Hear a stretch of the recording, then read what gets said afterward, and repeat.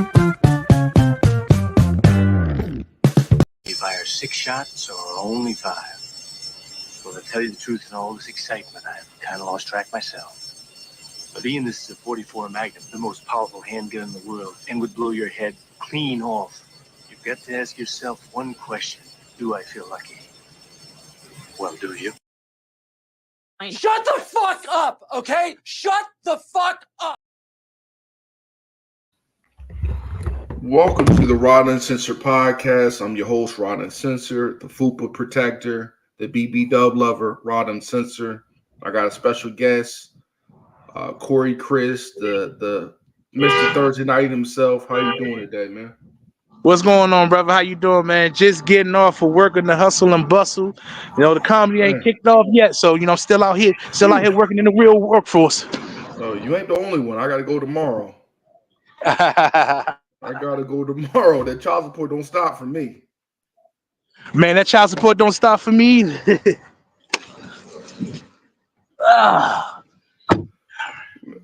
Man, but man, how did Corey Chris get into comedy, man?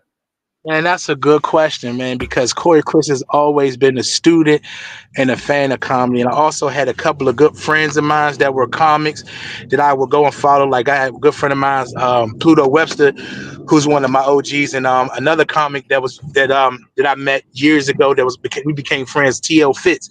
And I used to go and see them and and just be talking to bull BS with them. They used to always be like, "Man, you funny, you funny enough to do it."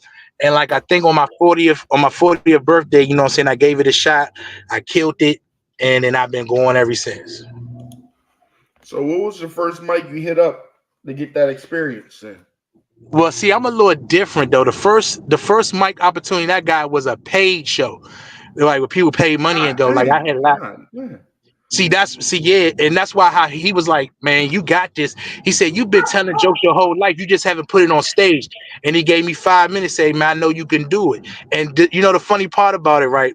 I was the most funniest comic that night. Like I killed it my first night, beginner's luck. And I was on stage with people that had been doing it about 4 years, 5 years, and I murdered them. Do you remember what the gist of the joke was, the material, or did you already have Sure, the material? sure. Like, the wildest thing is, right, he went up, but my friend Pluto had went up and he had did something similar to what I was going to do. So I was kind of like, what am I going to do? He just did my bit. I'm like, babe, he just did my bit. He just did my bit. She like, just relax. You're going to be fine. Just pick something else that you thought about. So when I got up there, I just went off the cuff. So I talked about, like, one thing I'm learning to get good at observation comedy. Like the room was real hot. It was in the summertime. They didn't have the right air conditioning. So when I got on, I talked about the room, talked about this, that, and then went into a little bit about getting older. It was around my birthday time. They loved the jokes. I killed it, and then the rest was history. So what after you pivot off that, you got the bug after that. Well, the way I picked. Well, after that one performance, then at the time, my man Pluto Wesson was putting shows together, and we was doing a comedy show every month in Lowell.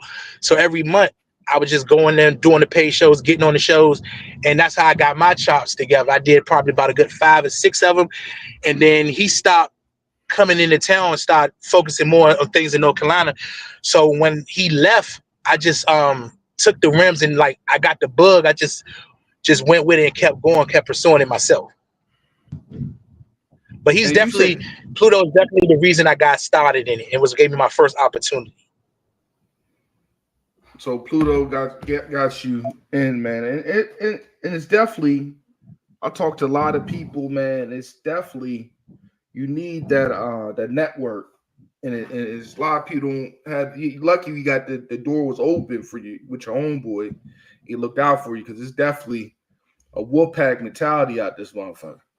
It is, and also too, when I'm learning too, it's not really. See, people be thinking it, but it's business, right? And being that I'm on both sides of the fence right now, it's not just a comic, but also a promoter, and also Fest Comedy Jam. My man Ron Isaac will be on the card, so I've got it from both aspects. It's more so big people that they know gonna book them in return. like I'm about to drop some jewels on you. Go ahead. Like let's say like right, you're a funny dude, right? But you don't have a room. So let's say if I got my own room, right? It's and let's say it's subject for somebody to book me probably, and let's say you may be funnier than I am. Just saying. Mm-hmm. I probably would get booked first before you because they look at it like he got a room. So if I book him in return, I'll book you. So that's all they doing. If you notice, the same people using the same people on the flyers because they got a rapport with them. They know they're gonna bring a certain amount of people, so they keep. And so that's why I'm doing my own thing, starting the Corey Chris comedy series and giving New Jacks. And I still consider myself a New Jack. So that way we gonna create our own lane. And guess what? When we start popping, people start coming out shows. All those gatekeepers, guess what? They're gonna turn around and gotta come to us.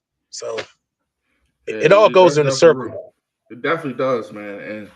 And you know, and it's the thing is just I tell everybody, man, I just started last April. You know what I mean? This April of just passed. You know what I mean? And it's all about just being consistent and putting that time in. You gotta put that time in.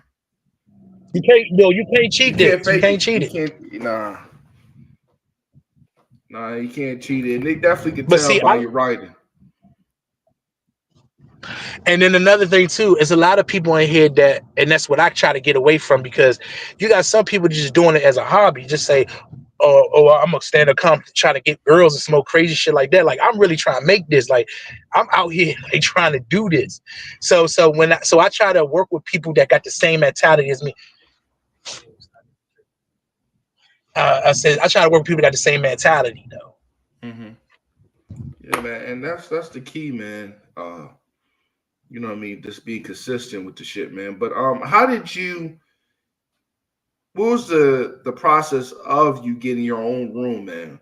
A lot of people don't understand the your own room. So what was the process to get the Tacoma Station Tavern? What was the process of getting that room? To be honest with you, it wasn't like I was seeking no room. I was just like you, Mm. trying to hit every open mic, trying to hit everything and just showing up. And you know what? That's how I got it. Just showing up. One day I came because I was just going there when Carlton and Keena Keaton was hosting. I would just go up there for the little gas money competition or just to go out there to work out. So one day, particular Thursday, I said, hey, I want to work out. I said, babe, let's go up there just to work out. Went up there, lo and behold, about 10, 12 people in there, but no comic. I said, where the Mm. comics? He said, just you. He said, can you give them a show? And I will say this. I can't speak for other people, but I've been blessed to be a natural at this. So I was like, yeah. So I gave him 30 minutes, Mm. just boom, boom, boom, some of my material, messing with the audience, coming off the cuff, boom, boom, boom. They loved it. I got off. He was like, can we talk? He said, man, I'm having a hard time keeping hosts and stuff, man. Would you like the opportunity? And at first I was going to turn it down, peer on ignorance, thinking that I don't got the experience. Like I ain't been doing it long. What I need with a room. And there's Mm-hmm. something just say, nah, just take it. Only thing you could do, fail by error. So I done had the room about a good 6 months. We've had some good numbers, some good days, and some days it's slow. But in the process, though, we working to try to build something. Now we're at the point where we're doing paid shows now. So we're trying to turn it into more of a comedy club atmosphere. Mm. So what was that spot originally, man? Was that originally just That like spot, live well, that spot gas or? originally. Well, no, that spot is what the thing about Tacoma. It's a legendary spot because they used to throw a lot of legendary go-go's. Matter of fact, I don't know if you familiar. You familiar with the legendary comedian Tony Woods? Actually, when I did a set down Nottingham's, he was out there, and me and him was chit chatting, and he was like, "You know who the first ever comic to do Tacoma?" And I was Mm. like, who? He said, you looking at him. So I was like, oh, okay. But yeah, Tacoma is and I wanted it too for the historicness. Like, yeah, it fell off a little bit because they hadn't been doing stuff with it. But I just saw it as an opportunity. It's already a known stable in the community. If I can build it back up, man, you know what I'm saying, then that's good for me and good for comedy. Yeah, man. And I just, what I mean, just in general, I don't, what I mean, I'm not gonna never say I like that go-go shit because, what I mean, I'm Maryland all the way through, Baltimore club mix. I'm closer to Baltimore. When you say you Maryland, you said you ain't DMV. You said I'm Baltimore. I'm closer to Baltimore, so you know what I mean. I'm Right. closer So to. oh, okay. Well, you might be. Well, you might sound. You know what I mean. Bring out the cats. You know what I mean. That's what I was raised on. You know what I mean. K Swift and Pork Chop. You know what I mean. Them boys. There's my pain away and all that. Okay. But man, who were some of Corey Chris's influences in comedy, man? What was your first exposure to comedy as a youngin? Oh, my first exposure was listening to my grandfather's Rudy Ray Moore, Eat Out More Often, Dolomite for President, Richard Pryor's That Nigga's Crazy, and Bicentennial Nigga. All those albums I used to listen to, and also Red Fox albums too. Those three are what makes me, like, when I was a kid, like all my grandfather listened to. So naturally, I was a grandfather's boy. Like, I always wanted to be around my grandpops. So whatever he did or listened to, I was around it. So I would listen to him, listen to the jokes, and then try to tell his friends the jokes, and they would go back and like, nah. So that's how I actually got into it. Mm-hmm. That's some solid people, man. Not nobody. Was you not a big fan of Martin, or you was not a big fan of Oh my Martin God, back in the man! day? Listen. Because You that's a was just DC asking who got legend. me started. That's a DC legend Oh, too. hey, listen. In my opinion, Martin got one of the top 10 specials of all time. That You So Crazy. That's a classic. Yeah. I don't care what nobody says. A lot of people don't talk about that special, but that Marlon's You So Crazy, that's a classic right there. And guess what? Whenever I do my special, I gotta put a leather outfit on because Martin did it, Eddie did it, all the greats. I gotta give me a leather suit made when I do my special. Well, if you know what I mean, when you do get the chance to have a special, would you do it at Tacoma? It's a possibility, but actually, when we say get a chance, I actually could see myself doing a special rather than the next 6 months to a year, really. Wow. Because we gotta be at a point where you gotta take runs independent. So, and also another thing that surrounding yourself with people, surrounding people you want.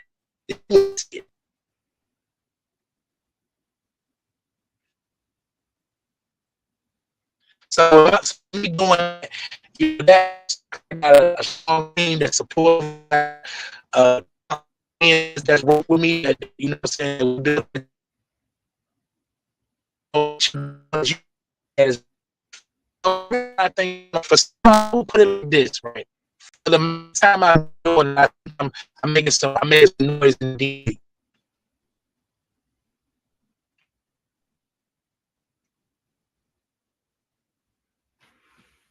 I think you had like a dead spot. I think he had a dead spot. I guess he'd be right back, man. But whoever's watching, I appreciate you watching. Please hit the like button on YouTube. You know what I mean? At Rod Uncensored Network. You know what I mean? I was talking to Corey Chris. He has a show coming up on November 14th at the Tacoma Station Tavern. Man, check it out. I'm gonna be on the card.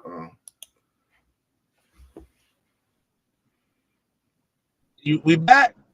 Yeah, we was back. I think he had a dead spot. Are we back? Yeah, we good. We good. What was you saying at first? The shit was. Oh, okay. Okay, we back. You say you was talking about the special. You say you're closer than you think. Well, yeah. Actually, I'll give you an example. Like, I was just we was talking to my partners. Also, quick plug, Riggs TV, Rooted in Grass TV. I have I'm a part of 2 shows on there right now. I'm the head of the comedy department. We're gonna do women like sitcoms, variety shows. So with having somebody behind you, it's very possible that I can was on the Riz Network, put it on YouTube, do it independently. And another comic out here, respect. And he's one of the comedians that I inspire from. I'm gonna say Ali Sadiq, the way he's independent ground, the way he don't wait for no Netflix, he's not waiting for no big people, no Viacom. He just out there doing it and making it happen. Mm-hmm. Yeah, I like Ali Sadiq. And that's I like his storytelling. I like his storytelling. You know what? He's one of the best storytellers there is, though. And also, just the way it's his stage presence, the way he like when he tell a story, you be like, "Damn, felt like I was in the jail, like I was there."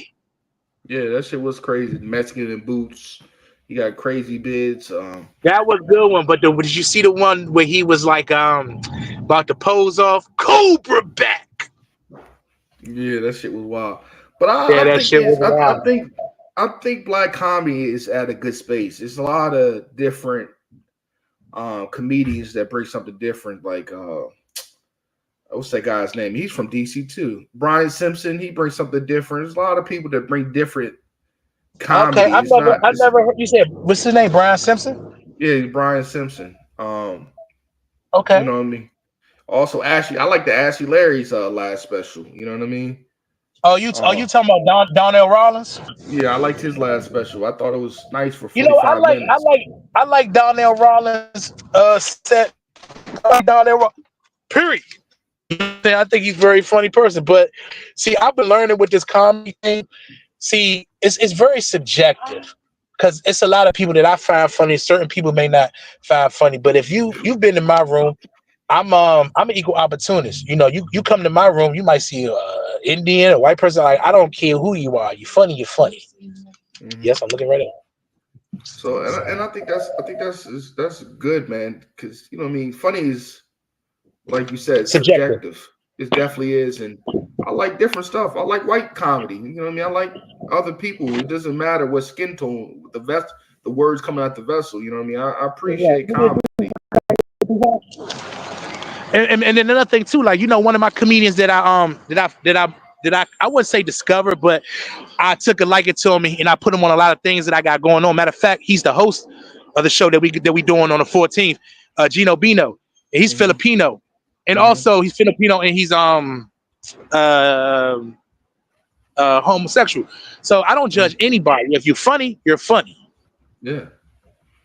Like, you know, I don't get into if you got something funny to say, I'm gonna listen to it. Even there you go. If I don't like it, I appreciate the craft enough to I ain't gonna heckle you. You know what I mean? I ain't the type of nigga that, you know what I mean, heckle people or I feel you on that, because I wouldn't heckle nobody because I know how hard it is to get up on that fucking stage. That shit is not easy. And it takes time to create that shit for real. So, you know, I appreciate taking that time. Yeah, that's the main thing though. But let me ask you a question though, Mr. Isaac. How did you get started in the comedy?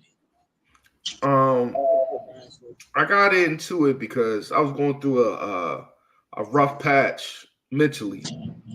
Okay. You know what I mean? I had a rough patch mentally, and I said, man, I need to do something to get my creative juices going. So I looked at the nearest open mic. I said, I'm gonna give it a shot. Because we all got the uncles that talk crazy shit, and you talk crazy shit back to them and do the dozens on the corner, drinking a couple of brewskis or doing whatever, you know what I mean? So everybody comes from that, and you're like, man, niggas always used to say, man, you always used to come up with some wild shit. You should go try it. So I gave it a shot. And I had a joke talking about my baby mom. You know what I mean? I said, man, I had a joke talking about, man, I order a black mamba from out of overseas, and I put it in the mail. So that was the whole joke. You know what I mean? So, you know what I mean? And I got a nice response in this white crowd. And he said, man, that was a good solid piece. You know, I only did 3 minutes. And he said, man, that was a nice solid piece. You got something to build on. So that's why I've been working ever since.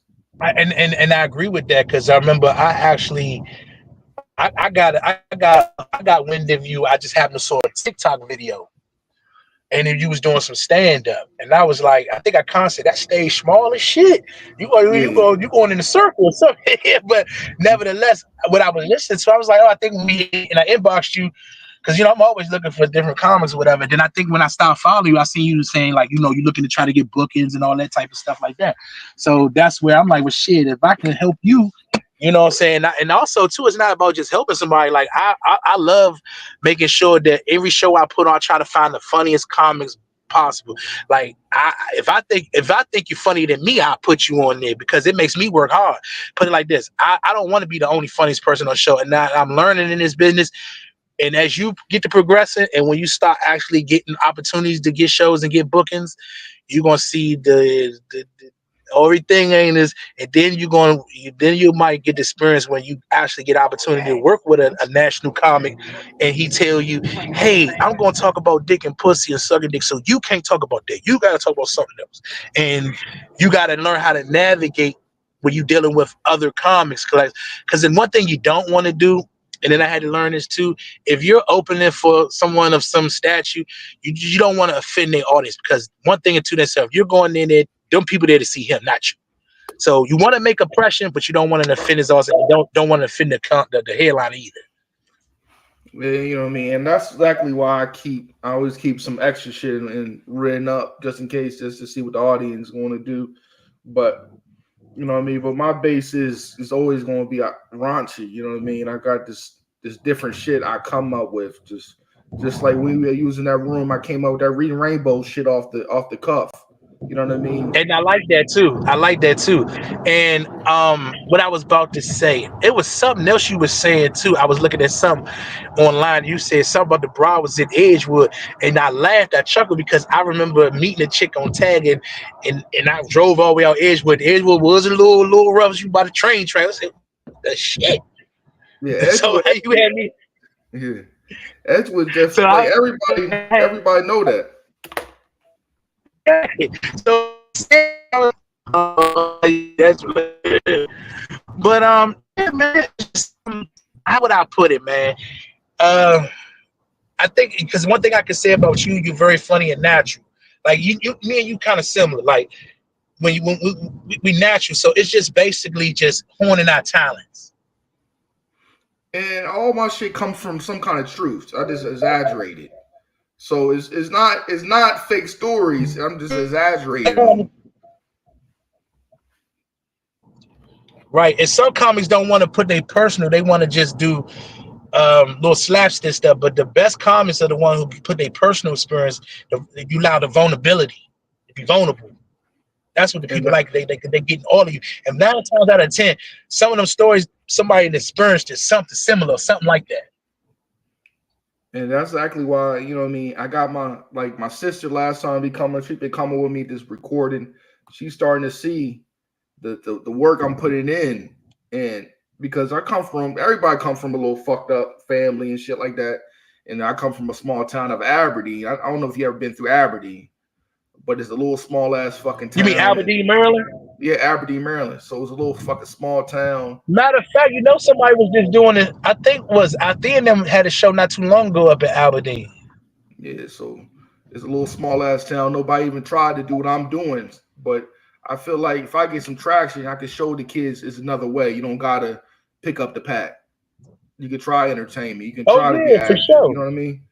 So I think, you know what I mean? You gotta just try something new, man. I feel like that's wrong with our youth. We don't want to try something new. I agree. And originality too. And because I know a lot of niggas that's funnier than me from my neighborhood. Like, but see, Rod, this is what you're gonna learn. It's a difference between. I know a lot of people that naturally, if you put them in but if they get on that stage, it's totally different. Yeah, you're right. But I said, man, if I can get that nigga my jokes, that's his presence. You make me want to just be DOC. You remember DOC from back in the day? I said, if I get my nigga this jokes, this nigga could be a star, you know? True indeed. But you could give somebody your jokes. They might, when they hit, like I tell people all the time, right? Sometimes people get a misconception about when we doing the open mics, because sometimes I don't go hard in open mic. I'm just trying. Open mic is where I really try new stuff that I've never tried. So I consider myself like open mics is sparring. I'm behind. In the lights fighter. You know, so when the lights come on, that's where I shine at the best. Like I look, yeah, let's go. But just practicing, like I don't know if you got a chance to see. I just did Magoobies last week, and I killed it out there. I had a good set out there. So how did you get that opportunity right there, man? Because that's a legendary spot, man. A lot of people touch that stage, man. A lot of people touch that stage. Not everybody got a chance to touch that stage. You right, and I just getting out here, just getting having right people around you, setting things up for you. Um, I don't just do stand up. I also am getting into the entertainment where we have two podcasts. I have my own podcast and I co-host one other one, and we're about to start putting on some other shows, and then like some of our Thursday nights, we're going to actually record some of those and put them on TV. So it's just like, just balance yourself and put it like this. When I knew that I got with the right people, when I try to make excuses why I can't do things, and they like, nah, we gonna make shit happen. We end up making things happen. That's how I know I got a good team by me. So that's the main thing, is trying to get a good team behind you. And people that's really behind you. You know what I'm saying? And also too, just finding genuine people though, because when you get into this, you're gonna find out, because you're a very talented brother. You're gonna find out when you real talented, it's not gonna come easy for you, because people already scared of you, and you ain't even nobody yet, and they already scared of you. You gotta break that down, man, because that went over All right, somebody's I'm gonna break head, it man. down. Going to church now. I'm gonna break it down to you, right? I'm not gonna say no names, but I'll give you an example, right? I had a person who had a room, and they asked me to basically help them with their show, because the people, in this business too, like if you're not really, paying, people will say they'll do your show and cancel your last minute because somebody else down the street would give him $75 to do 10 minutes, and you wasn't gonna give him that. So they decided. So when you dealing with stuff like that, like I did the person's room, right? And the person was like, hey, I'm gonna let y'all rock out, man. Just go. You do 20, 25 minutes each. Y'all go. And I'm a type of person, I love hearing that, because I'm a long distance person where I set my jokes. I can be up there, but when it's a 5-minute set, I've gotten better at just shortening it and boom, boom, boom. But I was in the zone of, man, I'm gonna go out there, boom. So I'm going out there, I setting different jokes so I can go in it, and I'm killing. I'm about 7-8 minutes in, I'm killing. They boom, boom. So then I just happen to look over. My girlfriend is flashing her phone light, so I ignore her, because what the fuck? So then she keeps saying, I said, "Is you flashing light?" He said, "Yeah." He asked me for your light to flash. I said, "Oh." So then I just wrapped it up, killed him with the end. So I'm thrown off, right? Because I'm like, I was the first one that kicked it off, but I'm banging it. He sent the next person out who I'm not gonna say name, but he's a DC vet and very funny. He gave him an HBO special. The nigga killed it though. But I felt some kind of way, because I was on the same pace to have the same night he had, but I got cut short. But I'm doing you a favor. I'm doing you a favor. And yeah. So I felt some kind of way. Then everybody else that came up, they got to go as long as they wanted. Some people only really had 5-10 minutes and shot they load and stepped there just like freestyling, and he not even hitting the light on them. So I'm looking like, that made me think like, damn, he's scared of me.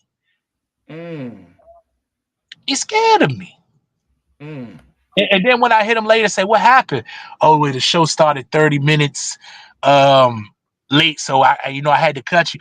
But if you saw the show 30 minutes late, why would you let the second person do 30 minutes? If you're on a time restriction. Right. So again, you're gonna run into that type of stuff. I'm gonna give you another example. I was hitting these open mics, right? And I ran into a veteran comic. When I was new in the game, I didn't know how big or how he was or what he was. And he basically was like, hey man, what's your name? I said, I told him my name. He said, man, you did good, man. You got anybody that you know that rolling with you and nothing? I'm like, nah, not really. I've been doing everything myself. So, and then he started bringing me to a lot of rooms, meeting me with a lot of people. Now, one thing I can say, this particular person did introduce me to some comics that I did not know of that got to know me. But also, too, it was cool when we going in the rooms and I'm just okay. But practice makes perfect. So one thing I can say about this particular person, I will always give them the big ups that they put me in a lot of rooms where, brother, for a minute I was doing 5-6 rooms a week. Damn. So yeah, I had moments where I did a 3 joint one time. I went out Stratford, did a joint, Stafford, Maryland, did a joint, came all the way out and did a late night joint with my man Jonathan Spencer, Jay Smooth comedian. He used to do a late night show where the doors were open it would start at 12. And I used to do them joints. Damn. But see, you want to hit different joints because what I was fucking with the other dude, I've noticed that I was always in crowds with old ass people. Now, even though I'm not a young person, I'm early 40s, but my jokes are young because I'm basing it from my youth. So I realized that my jokes wasn't hitting like it was supposed to because it wasn't for them. So once I start moving and getting different runs, then we rolling together. So if you keep having somebody that got natural talent and you keep putting them up, I'm getting better and better. Then we did a competition together and everybody said I outdid them. So when a person that's been doing it about 15, 20 years and you working with somebody that's a year and a half in the game or year and he's already funnier than you, some people don't know how to, instead of him taking it like, well, I've been doing this long and I've only got this far. Let me rally behind this young fella, and in return, he would have looked out because I was fucking with the dude like, yo, put that change on me, big me up, and you can be my manager. We do this together. But his ego was too big. And then another thing too, a person can't be your manager, they still want to be a star too. Damn, that's real. You know, so yeah, but and then a lot of things too I get too because man, I get a lot of hate, man, because people be like, how the fuck can you cuss on? I don't want to. Is it okay? Go ahead, man. They be like, how the fuck? Yo, this is real shit though, man. They be like, how the fuck he got his own room? He ain't been doing this, and you got like, and that's another thing too. People are going to stop you for opportunities just because of how long you've been doing something. You're gonna get that a lot too. Like you could go like Ron, you gonna go in the room one day, you might go do an open mic, but maybe I'm not yelling names, but let's say the who's who of the DMV and you having a great night. And these dudes be putting on shows, they gonna have you keep coming down there to the open mic, with no intentions on putting you on their shows. That shit real. God damn, you batted 10,000 tonight, man. Yeah, and then the thing is, I used to get offended by it and shit, but I learned that it's business. Why would I book somebody who can't in return put no money in my pocket? But people don't understand. You come in, you buying drinks. That's all coming back to the host. You know what I mean? Well, and some aspects, but the buying the drinks really only benefit the club. Like I get my money from the door. So you buying a drink, that's cool and all, but I need you to purchase that ticket. That's how I get me. And purchasing the ticket. I'm saying for the people that don't do the tickets, some open mics is free. You know what I mean? So whoa. When I'm doing tickets, it's not an open mic. I do both. Yeah. So if it's an open mic, no, I'm not charging anything. Just just come as you are, whatever. And my biggest issue with the open mic is just getting the people to come and support. Like one thing I don't have a problem with, I'll have about 12 goddamn cons with about 8 people in the audience. Like, goddamn. So just trying to make the open mic where people want to come out and watch it. But I understand people don't want to because you just up there practicing and all that there. But and I was using it as to build my name though. You keep doing free shit, then you throw a paid one in and see how it goes. And then another thing too, I'm not trying to smack nobody heads though. Like I'm not trying to charge you $40 like you gonna go see fucking Eddie Griffin or somebody. I'm only charge you $10, $15. And guess what though? I got a banging ass lineup with some of the best underground comics. I consider you one of the brothers out here that's getting it. I got the contractor on that show, Lady Nicole, Brian Birch. Man, that's a lineup right there. Carl Morrell, these cats is killing it out here. So this show is gonna be a killer. Man, before we get out of here, let the people know where they can get your socials because I know it look like you made it to the crib.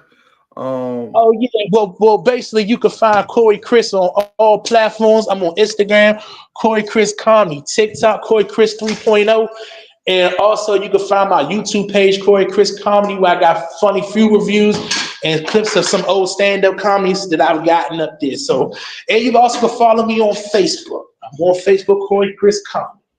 And Those if are my and also, if you're in the DC area, man, come check us out on Tacoma Park Station, Tacoma's Tavern Station, on November Tacoma 14th. Station Tavern, 6914 4th Street Northwest, Washington, D.C.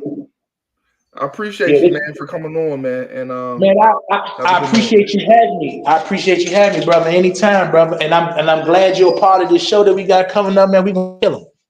All right, man. Have a good night, man. And we out, man. Like, share, all right, subscribe.